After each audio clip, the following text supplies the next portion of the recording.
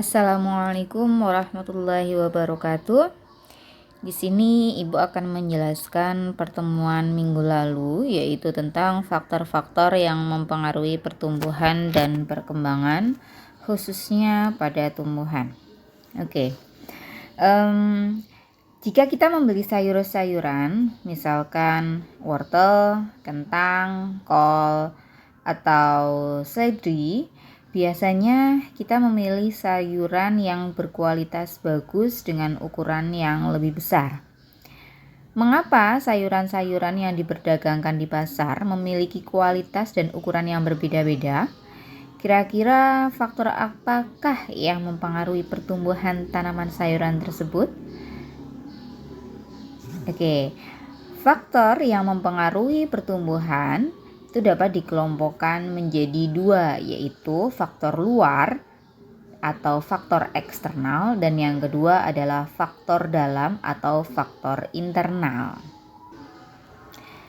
Dari kedua faktor tersebut, mereka itu saling berinteraksi sehingga sulit untuk menentukan mana yang paling berpengaruh. Sebagai contoh, sulit untuk menentukan apakah ciri utama pertumbuhan itu seperti tinggi tubuh, sebagian besar dipengaruhi oleh faktor internal atau gen, ataukah faktor eksternal, misalkan karena minum susu. Nah, itu jadi keduanya itu saling berpengaruh. Jadi susah untuk menentukan mana yang paling berpengaruh, seperti itu ya. Oke, kita lanjutkan. Ini adalah peta konsep dari faktor-faktor yang mempengaruhi pertumbuhan dan perkembangan pada tumbuhan. Nah, faktor luar atau faktor eksternal dan faktor internal atau faktor dari dalam tubuh. Bisa diamati untuk faktor luar, contohnya adalah makanan, air, suhu, kelembapan, dan cahaya. Sedangkan faktor dari dalam adalah gen dan hormon. Kita bahas satu persatu. Yang pertama adalah faktor internal. Faktor internal atau faktor dalam yang mempengaruhi pertumbuhan itu bersumber dari dalam tubuh itu sendiri, yaitu ada dua, gen dan hormon. Gen berfungsi mengatur reaksi kimia dalam sel, terutama reaksi sintesis protein dan enzim, sehingga mempengaruhi bentuk dan ukuran tumbuhan. Sementara itu, hormon merupakan substansi yang sangat aktif dalam metabolisme. Meskipun hormon diproduksi dalam tubuh, tetapi hormon dipengaruhi oleh faktor luar, misalkan hormon auksin yang dapat rusak jika terkena cahaya. Hormon berfungsi dalam memicu pertumbuhan, pembelahan, dan pemanjangan sel. Tetapi ada pula hormon yang bekerja sebaliknya, yaitu menghambat pertumbuhan. Hormon pada tumbuhan atau fitohormon antara lain yaitu auksin, giberelin, gas etilen, sitokinin, asam asesat, dan yang lain sebagainya. Macam-macam hormon pertumbuhan. Yang pertama hormon yang akan kita bahas yaitu hormon auksin. Hormon auksin itu pertama kali ditemukan oleh First World Wen, FWW gampangannya ya. Nah, dia seorang ahli fisiologi dari Belanda. Nah, hormon ini disebut juga dengan IAA, indol acetic acid ya. IAA ini bisa kita temukan pada daerah meristem seperti pucuk batang dan pucuk akar. Selain itu, auksin juga dapat dijumpai pada tunas, daun muda, bunga, ataupun buah. Sedangkan untuk sifatnya sendiri, hormon auksin ini aktivitasnya itu dihambat oleh adanya cahaya. Fungsi auksin pada tumbuhan antara lain 1. Merangsang perpanjangan sel batang dan akar. Yang kedua, merangsang pertumbuhan akar lateral atau akar samping dan akar serabut. Yang ketiga, merangsang pembentukan buah tanpa biji atau disebut dengan partenokarpi. Ini sering keluar di soal biasanya. Nah, yang keempat adalah mempercepat aktivitas pembelahan sel titik tumbuh. Yang kelima, merangsang diferensiasi jaringan pembuluh. Yang keenam adalah merangsang absisi atau pengguguran daun. Dan yang ketujuh adalah berperan dalam dominasi apikal. Maksudnya dominasi apikal itu apa? Maksudnya adalah pertumbuhan kuncup apikal yang sangat cepat sehingga menghambat pertumbuhan kuncup samping atau kuncup lateral atau yang ada di bawahnya, seperti itu ya. Di sini Ibu akan lebih menjelaskan tentang aktivitasnya si auksin yang dihambat oleh cahaya. Jadi, apabila sebagian kuncup apikal itu diarahkan pada cahaya matahari, akan terjadi pengangkutan auksin dari bagian yang terkena cahaya ke bagian yang terlindung dari cahaya. Pada saat keadaan seperti itu, auksin itu akan merangsang pertumbuhan sel-sel pada bagian yang terlindung tersebut. Nah, pada saat yang bersamaan nanti pertumbuhan sel-sel pada bagian yang terkena cahaya matahari itu akan terhambat karena konsentrasi auksin itu rendah dan akibatnya batang akan tumbuh melengkung ke arah datangnya cahaya matahari. Itu adalah cara kerjanya. Dan biasanya ini sering sekali dikeluarkan di soal. Jadi kalau misalkan ada batang yang membengkok ke arah cahaya, itu berarti aktivitas dari hormon auksin yang terhambat. Seperti itu ya. Ini adalah gambarnya. Ini adalah aktivitas hormon auksin yang terhambat karena adanya penumpukan ya, atau karena konsentrasi auksin yang rendah sehingga dia belok cari gitu. Di sini juga Ibu sudah tuliskan proses pembengkokan arah tumbuh. Di sini seperti yang Ibu jelaskan tadi, auksin di ujung batang yang terkena cahaya akan menjadi inaktif atau tidak aktif. Jadi dia tidak akan tambah panjang. Nah, pertumbuhan lalu dialihkan ke sisi yang tidak terkena cahaya. Pertumbuhan tersebut menyebabkan tumbuhan bengkok menuju arah cahaya. Seperti ini ya gambarannya. Hormon yang kedua yaitu hormon giberelin atau nama lainnya itu adalah GA. Di sini Ibu tuliskan GA, giberelin. Untuk giberelin ini ditemukan oleh orang Jepang, Eiichi Kurosawa. Nah, ini hormon giberelin diperoleh dari hasil ekstraksi jamur parasit Gibberella fujikuroi ya. Perlu kalian ketahui, jamur itu merupakan salah satu penyebab adanya penyakit benih bodoh pada tanaman padi dengan gejala tanamannya itu tinggi, kurus banget. Nah, sehingga dikatakan roboh sebelum dewasa. Ambruk itu biasanya terjadi kalau misalkan terkena hama ya, itu sebenarnya terkena jamur ya. Oke, kita kembali ke GA.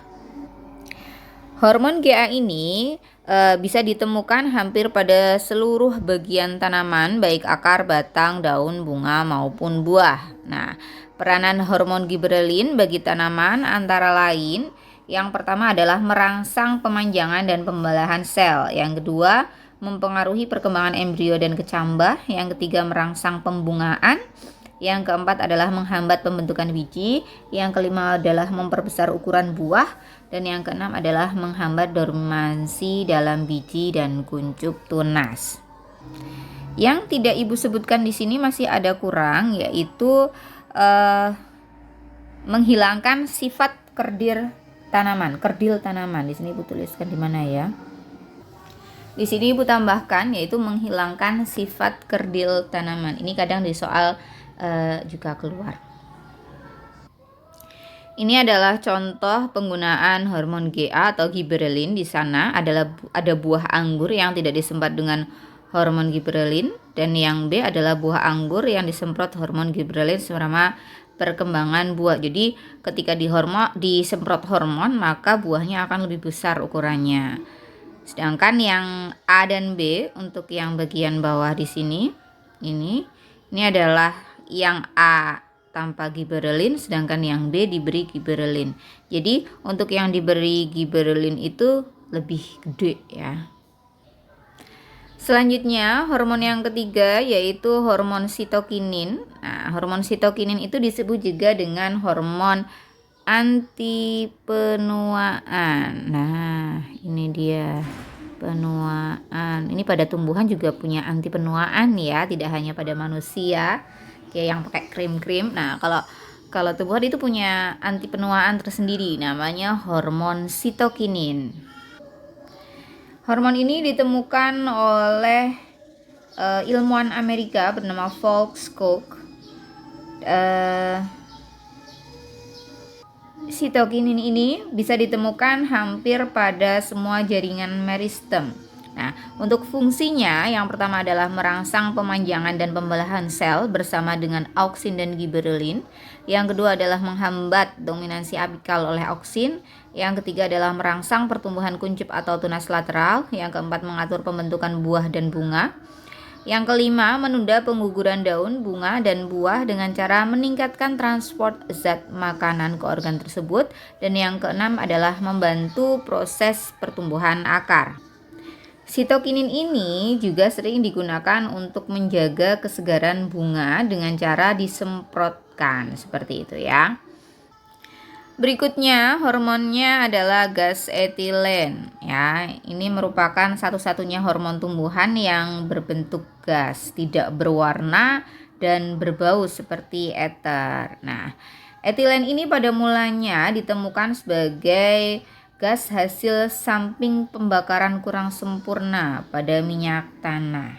Nah, gas tersebut itu mampu memeram buah dalam lumbung. Oke. Jadi kadang orang desa itu menyebutnya gas etilen itu sebagai gas karbit ya, memasakkan buah.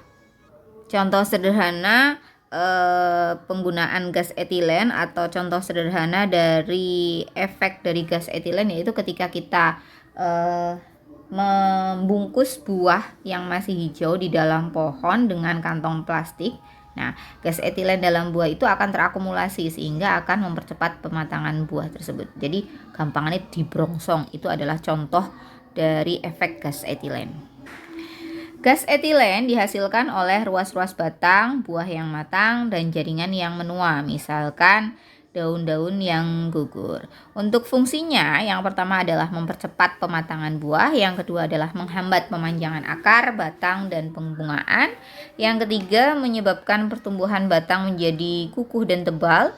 Yang keempat, merangsang proses absisi. Yang kelima, interaksi antar gas etilen dengan auksin itu memacu proses pembungaan. Yang keenam, interaksi antar gas etilen dengan giberelin itu mengontrol rasio bunga jantan dengan bunga betina pada tumbuhan monoseus atau berumah satu.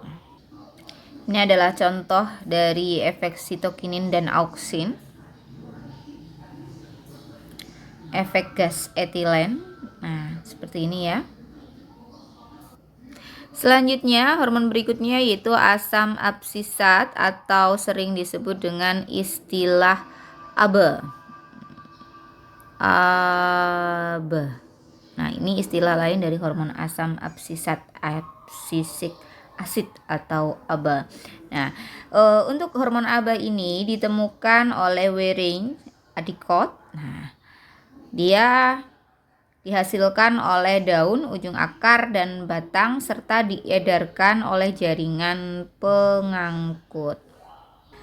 Selain hormon ABA atau nama lainnya ABA juga disebut dengan hormon stres karena memiliki sifat menghambat pertumbuhan tanaman. Fungsi ABA sendiri yaitu yang pertama adalah mengurangi kecepatan pembelahan dan pemanjangan di daerah titik tumbuh atau bahkan menghentikannya. Yang kedua, memacu pengguguran daun pada saat kemarau untuk mengurangi penguapan air. Yang ketiga, membantu menutup stomata daun untuk mengurangi penguapan. Yang keempat, memicu berbagai jenis sel tumbuhan untuk menghasilkan gas etilen. Dan yang kelima adalah memacu dormansi biji agar tidak berkecambah. Jadi di sini Ibu tuliskan lagi tambahannya, selain nama lainnya ABA, ada juga dengan disebut dengan hormon stres. Maksud dari hormon stres itu maksudnya adalah pada kondisi lingkungan yang buruk, ABA itu bisa membantu tumbuhan untuk bertahan dengan cara dormansi tunas atau pucuk. Di musim dingin dan musim gugur, konsentrasi ABA pada kuncup dan ketiak dahan meningkat sehingga merangsang pengguguran daun. Nah, jika tumbuhan itu kekurangan air atau layu, akan terjadi akumulasi ABA di dalam sel penjaga stomata yang menyebabkan stomata itu menutup sehingga dapat mengurangi penguapan. ABA dalam biji beberapa tanaman gurun juga akan terurai jika terkena air sehingga pada musim hujan biji akan berkecambah. Seperti itu ya maksud dari hormon stres.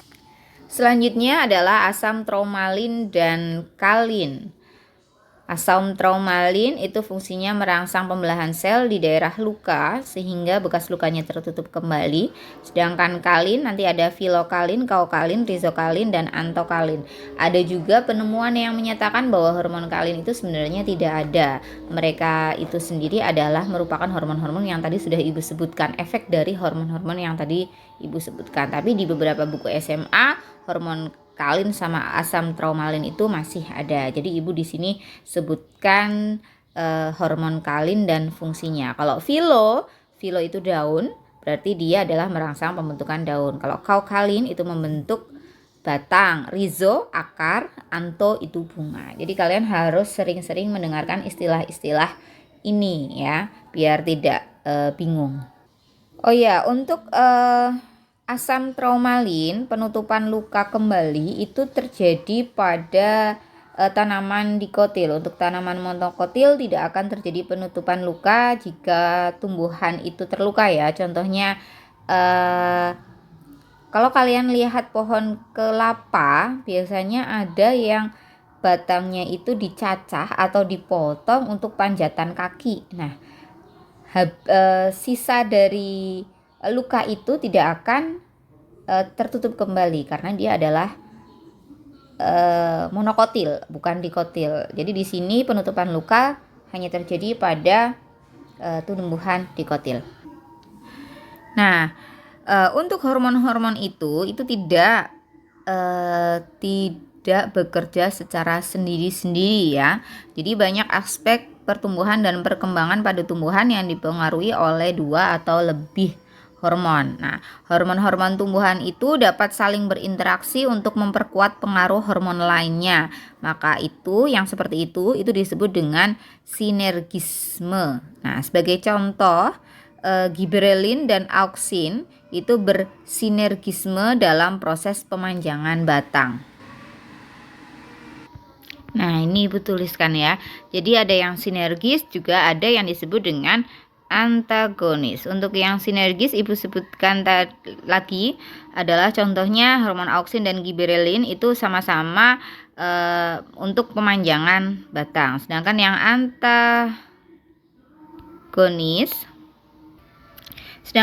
antagonis di sini contohnya adalah hormon sitokinin dan hormon auksin. Untuk hormon sitokinin itu merangsang pertumbuhan kuncup lateral, sedangkan hormon auksin itu mempertahankan dominansi apikal kuncup terminal. Jadi itu saling berlawanan. Nah, ini adalah faktor-faktor internal dari pertumbuhan dan perkembangan pada tumbuhan. Selanjutnya kita masuk ke faktor eksternal. Faktor luar atau faktor eksternal itu merupakan segala sesuatu yang mempengaruhi pertumbuhan dan sumbernya itu berasal dari lingkungan. Faktor luar yang mempengaruhi pertumbuhan dan perkembangan tumbuhan antara lain di sini adalah yang pertama Ibu sebutkan cahaya. Selain berpengaruh langsung terhadap proses fotosintesis, cahaya matahari juga berpengaruh terhadap pertumbuhan. Pengaruh cahaya matahari terhadap pertumbuhan dapat diamati dengan membandingkan satu jenis tumbuhan yang tumbuh di daerah yang terang atau cukup cahaya dengan tumbuhan yang tumbuh di daerah kurang cahaya atau di tempat yang gelap.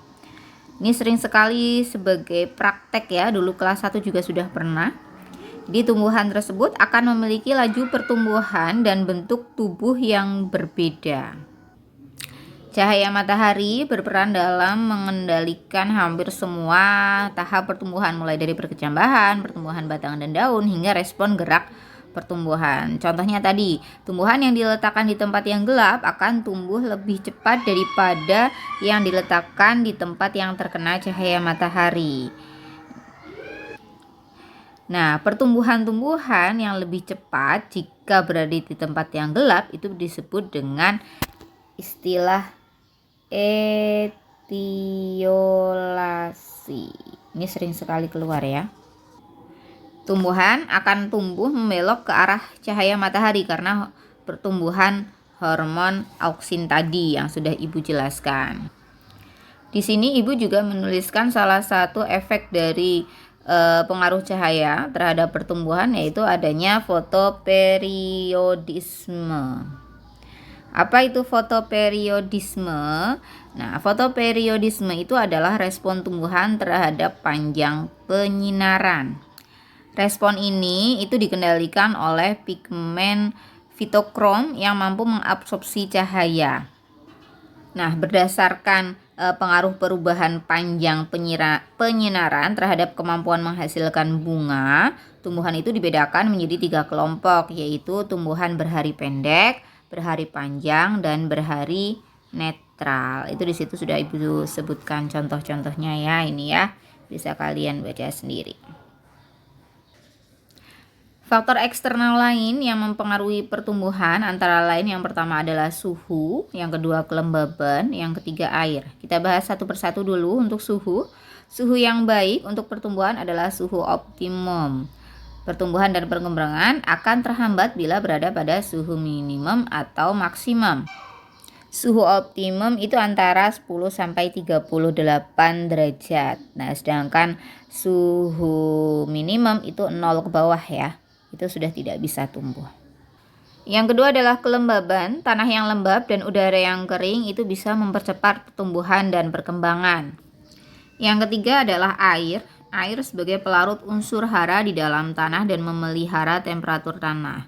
Nah, pertumbuhan berlangsung efektif pada malam hari karena kandungan air dalam tumbuhan lebih tinggi dibandingkan pada siang hari. Jika kekurangan air, tumbuhan akan layu karena terjadi penurunan tekanan turgor pada sel-selnya. Selain ketiga faktor ini, selain suhu, kelembaban, air, juga ada kadar garam, oksigen, pH. Itu bisa kalian baca sendiri di buku paket atau di buku PR yang kalian pegang ya. Selanjutnya yaitu faktor eksternal lainnya adalah nutrisi. Semua makhluk hidup termasuk tumbuhan itu memerlukan nutrisi untuk kelangsungan hidupnya. Nutrisi atau zat-zat makanan tersebut diperlukan sebagai sumber energi dan sebagai penyusun komponen-komponen sel bagi pertumbuhan dan perkembangan tumbuhan. Nutrisi itu bisa dibedakan menjadi 2, yaitu nutrisi dalam unsur makro atau makronutrisi. Yang kedua adalah mikronutrisi. Ini ya. Unsur makro yaitu unsur yang diperlukan tumbuhan dalam jumlah yang banyak, antara lain yaitu karbon, hidrogen, oksigen, nitrogen, sulfur, fosfor, kalsium, kalium, magnesium. Sedangkan untuk unsur mikro yaitu unsur yang diperlukan dalam jumlah yang sedikit, itu contohnya adalah besi, tembaga, seng, mangan, kobalt, natrium, boron, klor, dan lain-lain sebagainya. Semua unsur tersebut itu harus selalu tersedia meskipun diperlukan hanya dalam jumlah yang sedikit. Apabila suatu unsur tidak dapat tercukupi, tanaman akan mengalami defisiensi ya, yang menyebabkan pertumbuhan dan perkembangan tanaman itu akan terganggu. Contohnya efek dari kekurangan nutrisi.